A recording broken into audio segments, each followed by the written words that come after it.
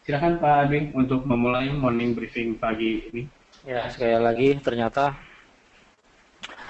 berita atau fundamental tidak langsung mendrive secara seketika terhadap pergerakan harga. Kita harus sadar bahwa pergerakan harga sendiri merupakan dibentuk oleh market antara penjual dan pembeli dari beberapa institusi maupun dari beberapa pihak. Jadi fundamental yang dikeluarkan oleh pemerintah maupun otoritas moneter yang dikeluarkan atau diforecastkan itu menginginkan sebetulnya untuk membuat pergerakan harga berkelanjutan atau bertolak belakang dengan apa yang diinginkan. Terlihat kemarin ada data advance GDP quarter to quarter, sebetulnya data-data yang dikeluarkan itu cukup rendah Pak Iksan. Kemudian kita melihat dari data-data sebelumnya cukup rendah juga dalam tempo 2 periode atau 2 minggu terakhir, menunjukkan perlambatan ekonomi di Amerika Serikat. Kemudian pada akhirnya pada saat ini kuartal to kuartal GDP dilaporkan sebesar 0,2% dari 2,2%, sangat jauh. Sementara kalau kita melihat dari forecast sendiri cukup optimis sebetulnya, dari 2,2 jadi 1, namun keluar di bawah dari itu 0,2%. Kemudian kita melihat dari perbandingan antara GDP quarter to quarter antara masa krisis yang sempat menyentuh ke angka minus 8 lebih, kemudian dia naik kembali. Tingkat perubahan yang diharapkan itu cukup signifikan pada tahun 2010 sampai menyentuh ke angka 0,2, sejak di atas 0,5 ya, kemudian sampai 4%, sangat cepat. Namun apa yang terjadi pada saat itu juga perubahan dari tingkat dolar indeks sendiri cukup bagus. Kemudian berlanjut terjadi minus untuk GDP quarter to quarter pada tahun 2011-2012. Kemudian pada tahun 2013 sempat menyentuh angka minus, mendekati ke angka minus 3% sampai ke 4% minus ya. Kemudian selanjutnya meningkat, memberikan pengaruh yang cukup positif sebetulnya dari tingkat tenaga kerja unemployment rate. Yang terakhir terbaca unemployment rate yang dikeluarkan atau yang diumumkan oleh lembaga tenaga kerjaan di sana, Biro Statistik, kita melihat 5,5%, prestasi yang cukup bagus sebetulnya.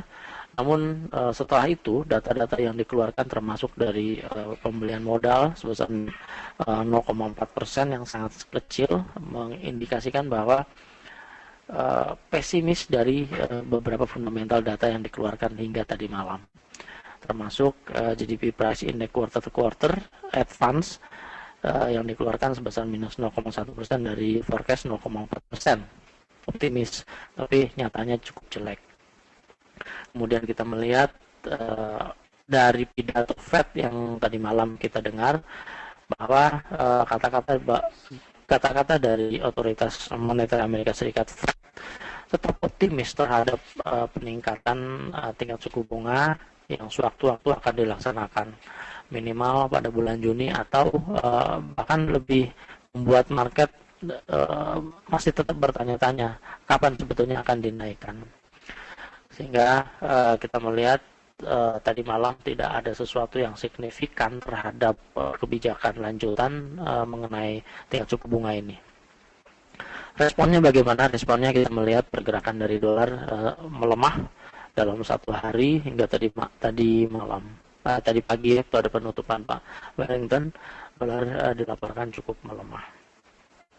Kemudian dari sisi kanan screen kita melihat perbandingan dari beberapa negara di Seven mengenai GDP sendiri. Sebetulnya yang mempunyai peranan cukup besar di sini terbaca di Kanada. Kanada mempunyai performa yang cukup positif terhadap GDP apabila kita ukur dari angka indeks tahun 2008 pada kuartal pertama. Laporan di kanan merupakan laporan yang terjadi pada setiap kuartal pada awal tahun kalau kita melihat. Kemudian ranking kedua masih tetap dipegang oleh Amerika Serikat.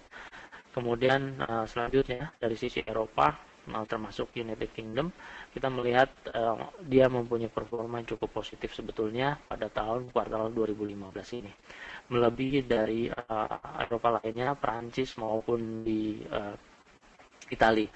Italia menempati posisi terburuk dari pertumbuhan ekonomi di kawasan Eropa.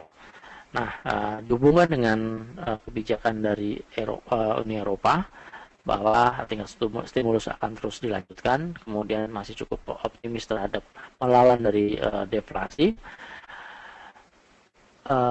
Faktor Yunani masih berkelanjutan. Skenario yang terburuk yang terjadi adalah keluarnya Yunani dari Eropa. Kemudian lanjutnya kita bisa kita melihat dengan jelas bahwa krisis selanjutnya akan menerpa di Italia disebabkan oleh performa yang tidak cukup bagus di Italia. Kemudian yang kita melihat dari laporan-laporan fundamental yang ada di Amerika Serikat, di sini tidak cukup tumbuh untuk pending home sales month-to-month sendiri sebesar 1,1% sesuai dengan perkiraan 1,1%. Hasil revisi bulan lalu cukup optimis sebetulnya dari beberapa persen menjadi 3,6% positif. Namun yang keluar tidak cukup tumbuh. Kemudian kita melihat dari laporan untuk tahunannya sendiri sebetulnya terjadi peningkatan, tapi peningkatan hanya sekitar 1,1% dibandingkan dengan bulan lalu, sesuai dengan perkiraan. Bulan lalu apabila kita melihat dari jumlah dolar yang dikeluarkan untuk pending home sales ini, yaitu 107,40 miliar dolar menjadi 108,60 miliar dolar. Jadi kalau kita melihat untuk sisi perumahan masih cukup bagus, masih cukup optimis, meskipun pertumbuhannya tidak secara signifikan seperti dibandingkan dengan 2 bulan yang lalu. Kenaikan yang cukup optimis yaitu 3,6%. Kemudian dari sisi crude oil ini yang cukup menarik, kita lihat pergerakan untuk stok sendiri dilaporkan sangat turun dari 5,3 miliar barrel menjadi 1,9 miliar barrel, jauh berada di bawah forecast 2,1 miliar barrel. Penurunan dari stok itu kita bisa lihat performa yang terjadi pada pergerakan harga oil tadi malam sehingga menyentuh harga tertinggi pada hari kemarin ya, 2 hari yang lalu artinya. Menyentuh angka tertinggi yaitu 57,79 sampai 2 jam pertama sempat menyentuh ke angka 58,50 dolar per barrel. Kemudian hal ini memberikan cerminan bahwa tingkat persediaan minyak meskipun itu di Amerika Serikat maupun Kanada diumumkan bisa langsung mempengaruhi pergerakan harga di crude oil di WTI yang kita transaksikan. Dan ini bisa memicu setiap pengumuman mengenai masalah minyak ini dapat langsung menggerakkan harga ya, contoh yang paling signifikan yaitu tadi malam stok dilaporkan menipis dari 5,32 menjadi 1,91 sehingga langsung tingkat tertinggi tersentuh. Maka kita dapat saat ini mempergunakan strategi untuk breakout terhadap harga tertinggi maupun harga terendah yang terjadi pada swing terakhir pada beberapa time frame. Seperti contoh itu adalah time frame selama 1 jam. Breakout di 57,79 sehingga kita mendapatkan maksimal di angka 50 hingga pada harga tertinggi. Kemudian meskipun pada harga penutupan tadi malam melemah, namun masih mencatatkan harga tertinggi harian dia. Demikian Peksan fundamental singkat. Saya kira yang terjadi tadi malam lebih banyak mengenai masalah kebijakan Fed yang dilaporkan cukup optimis untuk peningkatan tingkat suku bunga ke depannya, meskipun market sendiri atau pelaku pasar sendiri masih cukup ragu kapan sebetulnya semestinya tingkat suku bunga ini akan diumumkan, sehingga terlihat pada pasar stok juga sedikit melemah. Ya, baik. Oke, sekarang dilanjut saja Pak mengenai dari sisi teknikal untuk saat ini. Nah ini dia teknikal, langsung kita masuk ke minyak. Minyak langsung breakout breakout selama 2 hari, 1, 2. Ini 2 hari yang lalu, ini 3 hari yang lalu. Di angka yang sama kisaran di 57,80-an, kemudian breakout maksimal ternyata sempat menyentuh ke angka tertinggi bukan di 58,50 tapi ke 59,30, sangat besar ya. Kemudian penutupan seperti saya sebut tadi bahwa penutupan masih berada di bawah harga tertinggi, namun masih menunjukkan tingkat penguatan di minyak. beberapa analis atau beberapa institusi menyatakan bahwa minyak bisa jadi mendekati angka 100, tetapi terjadi pas menyentuh ke angka 100 akan terjadi penolakan, sehingga apabila tidak ada fundamental yang cukup kuat kembali di harga minyak ini akan kembali menyentuh ke angka $50 per barrel. Jadi boil up di 100 di angka $100 per barrel. Kemudian batasan psikologis yang sekarang kita batasi ke angka $60 per barrel, yang merupakan angka genap yang terjadi di harga minyak untuk saat ini. Kemudian tren yang terjadi secara teknikal, minyak masih dalam keadaan uptrend untuk 1 jam. Kemudian kita melihat ke angka 1 hari juga mengalami kenaikan. Terlihat juga dari sisi ini sangat persis menyentuh angka support, yaitu di kisaran 56,27. Kemudian membentuk suatu channel bullish. Yang terjadi di sini kita batasi channel bullish lebih condong menyentuh target ke angka 62,98. Angka ini merupakan angka yang sempat tersentuh pada bulan Desember 2014, pada akhir tahun 2014 kemarin, pada awal-awal bulan Desember. Kemudian kita melihat di sini kebanyakan pelaku pasar melepas posisi sell di sini, sehingga kenaikan harga minyak terus mengalami kenaikan selama dimulai pada tanggal 12 Maret 2015 hingga tanggal 29 hingga 30 April 2015 saat ini. Tren yang terjadi bullish, kemudian performa yang terjadi juga kita tetap menunggu posisi sell apabila support terbaca di 55,65. Kemudian di emas ini, pergerakan harga emas untuk jangka pendek terlihat cukup mengecewakan setelah Fed mengumumkan bahwa masih ada ruang untuk pengambil kebijakan untuk kenaikan tingkat suku bunga, namun waktu belum dinyatakan secara tepat, sehingga pergerakan harga emas untuk saat ini mengalami pelemahan. Ini secara teknikal kita melihat di sini. Nah, ini harga menyentuh kita buat resisten baru di harga tertinggi, sehingga harga saat ini berada di bawah harga resisten di 1204,91. Harga tertinggi sempat menyentuh ke angka 1214,95. Kemudian pergerakan harga saat ini masih berada di antara harga tertinggi dan terendah. Swing yang terlihat secara dominan di sini saya mengambil posisi 1223,95 hingga ke angka terendah di 1178,44. Kemudian target untuk jangka pendek lihat di sini tepat menyentuh angka 1201 sebagai patokan. Pergerakan untuk harian hari ini sebelum menyentuh ke angka 1195,83. Kemudian pergerakan euro. Nah, ini dia euro. Pelemahan dolar secara signifikan membuat harga euro terus merangkak tinggi, melanjutkan kenaikan setelah terjadi breakout di 1.10581 hingga saat ini. Kemudian tren yang terjadi untuk euro saya kira membuat reversal baru untuk pergantian tren di chart daily setelah breakout. 3 resisten terbentuk, 3 resisten tersentuh breakout, sehingga hari ini merupakan harga di atas harga breakout. Kemudian hal ini kita dapat membuat keputusan untuk jangka menengah dalam posisi buy. Kemudian target untuk jangka menengah kita batasi ke 1.144.33. Kemudian kita melihat untuk pergerakan jangka pendek untuk 1 jam juga hampir sama dengan arah untuk jangka menengah dan panjang. Kita tetap mengambil posisi untuk buy juga, target untuk harga tertinggi kemarin, yaitu di kisaran harga 1.11868. Kemudian pound sterling, kita melihat performa pound sterling yang cukup positif sebetulnya. Masih percaya diri terhadap tingkat stimulus sebesar 375 billion pound sterling. Kemudian juga tingkat suku bunga masih cukup dapat dipertahankan di angka 0,5%. Kemudian kebijakan-kebijakan yang dilaksanakan masih tetap konsisten, sehingga pergerakan harga pound sterling saya kira memanfaatkan pergerakan pelemahan dolar, sehingga harga pound sterling mengalami bullish setelah breakout terhadap head and shoulder yang terbentuk sebelumnya.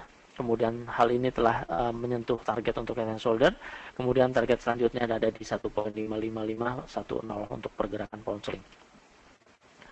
Untuk pergerakan New Zealand, nah ini dia New Zealand, kemarin data untuk New Zealand cukup bagus sebetulnya, dengan trade balance 631 million yang dikeluarkan dari forecast 315 million. Dari bulan lalu sebetulnya yang terjadi cukup rendah 83 million, diumumkan cukup bagus, berkali-kali lipat ya, 631 dari 83 million, sehingga membuat pengaruh sebetulnya cukup bagus untuk di New Zealand. Namun pada penutupan harga dari malam, pergerakan New Zealand cukup melemah juga di 0.76037. Secara teknikal kita melihat bahwa pergerakan yang sangat signifikan ini dengan time frame yang kecil, kemudian dari performa yang terjadi di jam-jam cukup curam di sini, atau bisa kita sebutkan ini merupakan tren yang terjadi secara spike. Kemudian momentum yang kita pakai di sini adalah tetap mengambil posisi sell di sini dengan target maksimal di koreksi di 0.76894. Sementara 50% untuk Fibonacci 0.76670. Kemudian target untuk penurunan lebih lanjut ke 0.75911.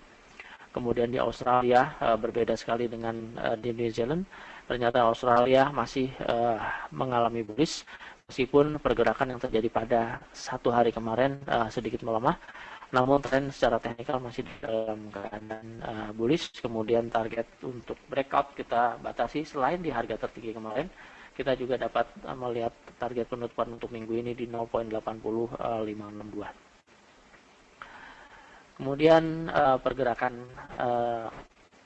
saham stok Asia kita melihat di sini. Tadi setelah keluar bahwa pengumuman Korea masuk ke KOSPI langsung, Korea diumumkan cukup negatif. Industrial production month to month sendiri berada di angka minus 0,4%, negatif daripada bulan lalu. Kemudian industrial production year to year sendiri juga minus, menjadi minus 0,1%. Kemudian retail sales untuk Korea Selatan year to year 2,8%. Kemudian retail sales month to month sendiri minus 0,6%. Secara keseluruhan data-data yang dikeluarkan oleh Korea Selatan cukup negatif, sehingga membawa pengaruh yang cukup signifikan terhadap perubahan harga di KOSPI. Saat ini KOSPI berada di 268, kemudian yang terjadi pada bulan lalu maksimal di angka tertinggi yaitu di 276,15. Jangka pendek kita melihat pergerakan harga KOSPI telah turun semenjak tanggal 23 April hingga pada penutupan harga kemarin, sebetulnya terus mengalami pelemahan meskipun berada di bawah harga lemah yang terjadi kemarin. Harga lemah kemarin 267,50, kemudian ditutup di harga 268,95 pada jam 1 siang kemarin, sekitar jam segitu. Kemudian pada pembukaan tadi pagi terjadi open gap, opening di angka 268,10, kemudian keluar data negatif, kemudian harga mengalami penurunan kembali ke angka 267,90. Kemudian target jangka pendek saya kira sangat mudah tercapai di 267,41. Kemudian di Jepang, ini Jepang, kita melihat industrial production yang diumumkan cukup negatif juga di Jepang. Tadi teman preliminary untuk pengumuman datanya di minus 0,3%.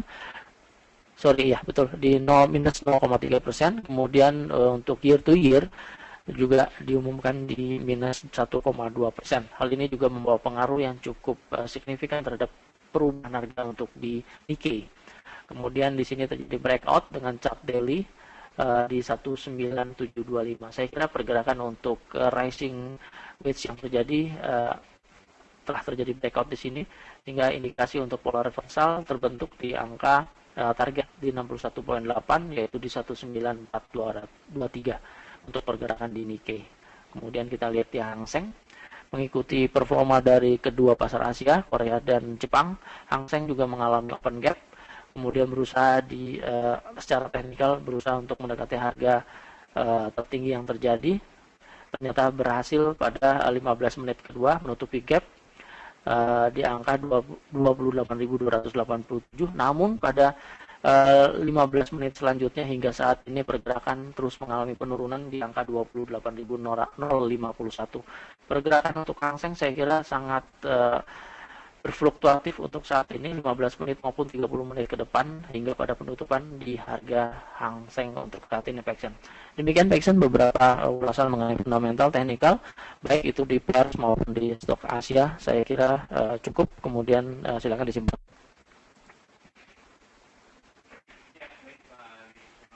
Ya, baik Pak Adi, terima kasih atas ulasannya baik fundamental dan teknikal. Jadi kalau dilihat dari data fundamental untuk nanti hari ini, informasikan kembali bahwa pada jam 6.50 tadi pagi itu ada data juga dari Prelim Industrial Production untuk Jepang, di mana datanya dari sebelumnya minus 3,1%. Kemudian ada revisi ya, dari sebelumnya itu minus 3,4%. Forecastnya minus 3,4%, data yang dirilis yaitu minus 0,3%. Kemudian untuk Australia, di mana ada data mengenai import price dari kuartal ke kuartal, dari sebelumnya 0,9%,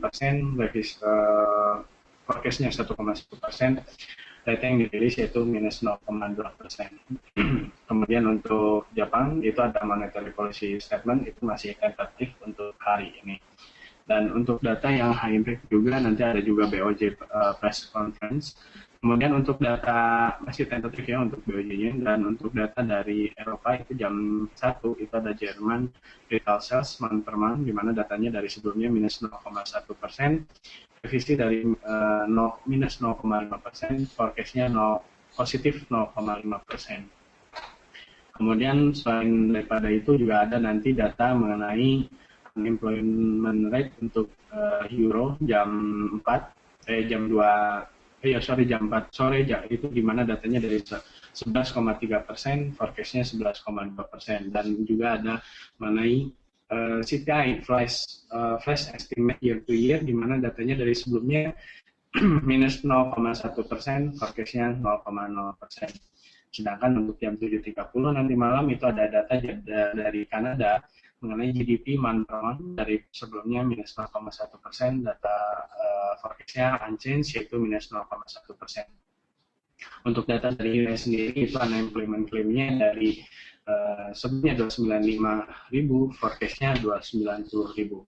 Ya, nanti teman-teman bisa melihat juga data yang akan dirilis nanti. Dan untuk personal spending nanti malam juga untuk US, di mana datanya dari sebelumnya 0,1%, forecastnya 0,6% mengalami kenaikan. Baik, ya satu lagi nanti juga ada data dari Kanada yaitu DOC Governor Statistics ya jam 9.30.